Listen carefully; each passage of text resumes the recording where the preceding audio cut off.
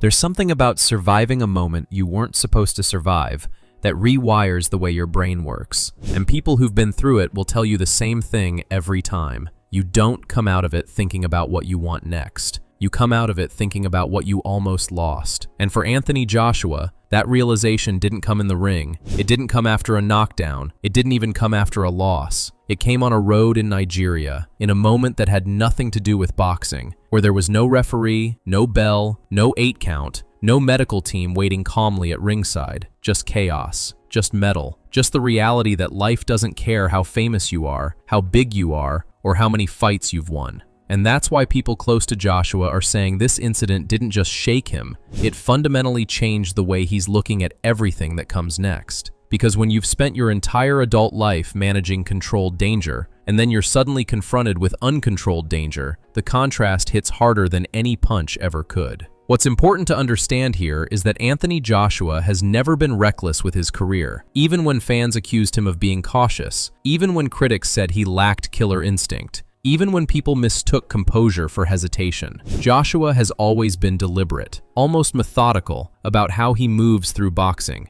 because deep down he's always known this sport is temporary, and the body, no matter how strong, is not designed to absorb punishment forever. That mindset is why this moment matters so much. Because when someone like Joshua starts asking different questions, the answers usually lead in one direction. According to people who've spoken to him since the crash, Joshua hasn't been emotional in the way you might expect. There's no panic, no visible fear, no dramatic declarations, but there is a noticeable shift in tone, a sense that he's processing the situation at a deeper level than just, "I got lucky and survived." He's reportedly been speaking about how close everything came to ending, not just in terms of his career, but in terms of the people around him, the relationships he values, and the version of himself he wants to be remembered as once boxing is no longer part of his daily identity. And that's not the language of a man eager to jump back into another brutal training camp. That's the language of someone reassessing the cost-benefit equation of elite-level fighting. One source described it in a way that really stuck with me. They said Joshua isn't thinking about fear, he's thinking about permission. Permission to walk away without feeling like he's failed.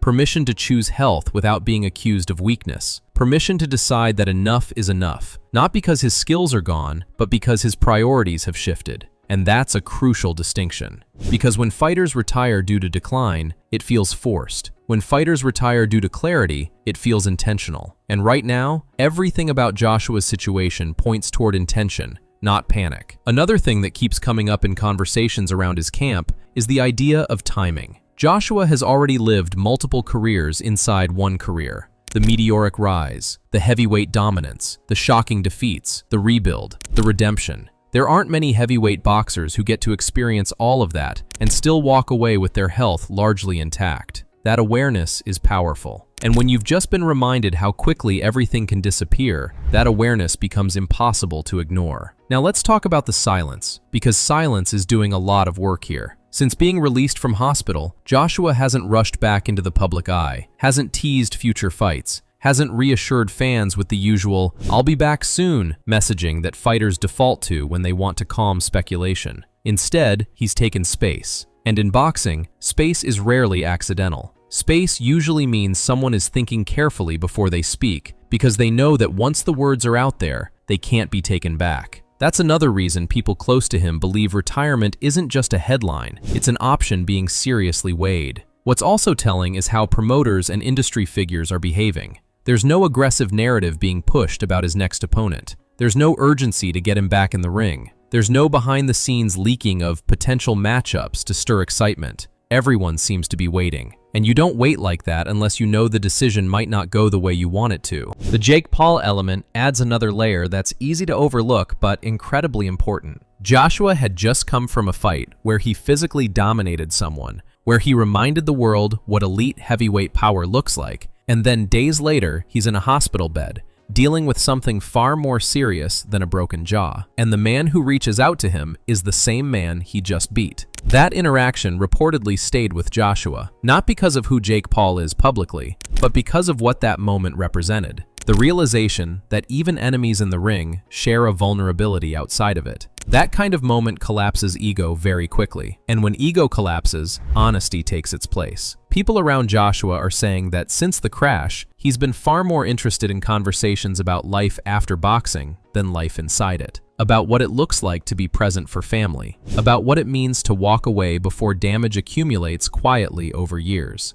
About how rare it is for a heavyweight champion to choose the ending of their story rather than having it chosen for them. Those are not abstract thoughts. Those are pre-retirement thoughts. And here's the part that fans need to sit with. If Anthony Joshua does retire following this incident, it will not be because he couldn't fight anymore. It will not be because he was scared of another opponent. It will not be because the sport rejected him. It will be because he saw a moment where everything almost stopped and decided not to push his luck. That's not weakness. That's self-awareness at the highest level. So when you hear people say, "I think he's done," understand that they're not saying it casually. They're saying it because the tone has changed, the energy has shifted, and the questions being asked are no longer about belts or rankings, but about longevity and meaning. And once a fighter reaches that stage mentally, there is very rarely a full return to the old mindset. What makes this moment especially heavy is that Anthony Joshua has always been aware that boxing is borrowed time. But until now, that awareness lived somewhere abstract, somewhere theoretical, something you acknowledge without really feeling it in your bones. The car crash changed that.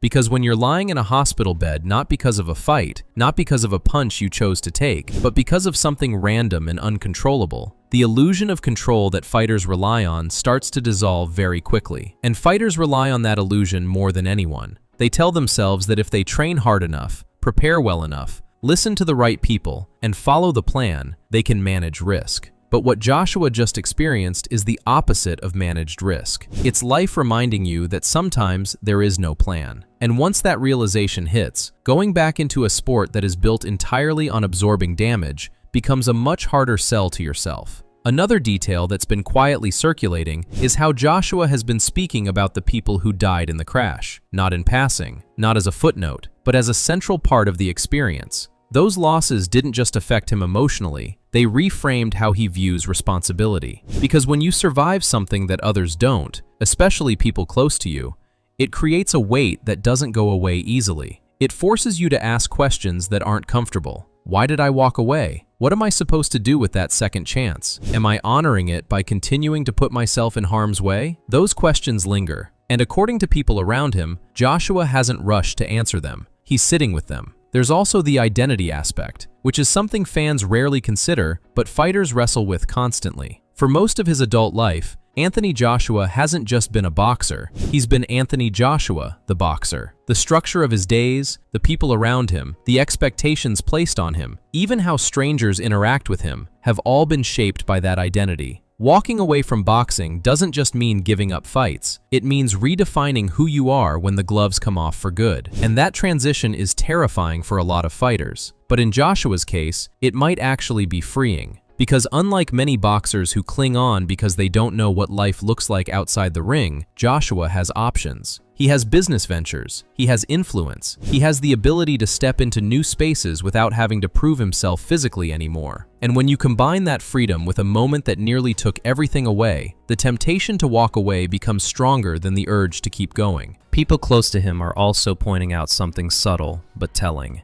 Joshua hasn't been talking about one last run. He hasn't been romanticizing the idea of going out on top or reclaiming glory. Those phrases, one more, unfinished business, last ride, are usually the language of fighters who aren't ready to let go. Joshua isn't using that language. Instead, he's reportedly talking about what's sensible, what's necessary, and what makes sense now. That's not fight talk, that's life talk. Whether he announces it next week, next month, or never at all, one thing is clear. The Anthony Joshua we're seeing now is not the same one who entered that ring months ago. Something fundamental has shifted. And when that happens, careers don't continue the same way. They either evolve or they end. And whatever choice Joshua makes, it won't be rushed, it won't be emotional, and it won't be forced. It'll be deliberate, which might be the most Anthony Joshua thing of all.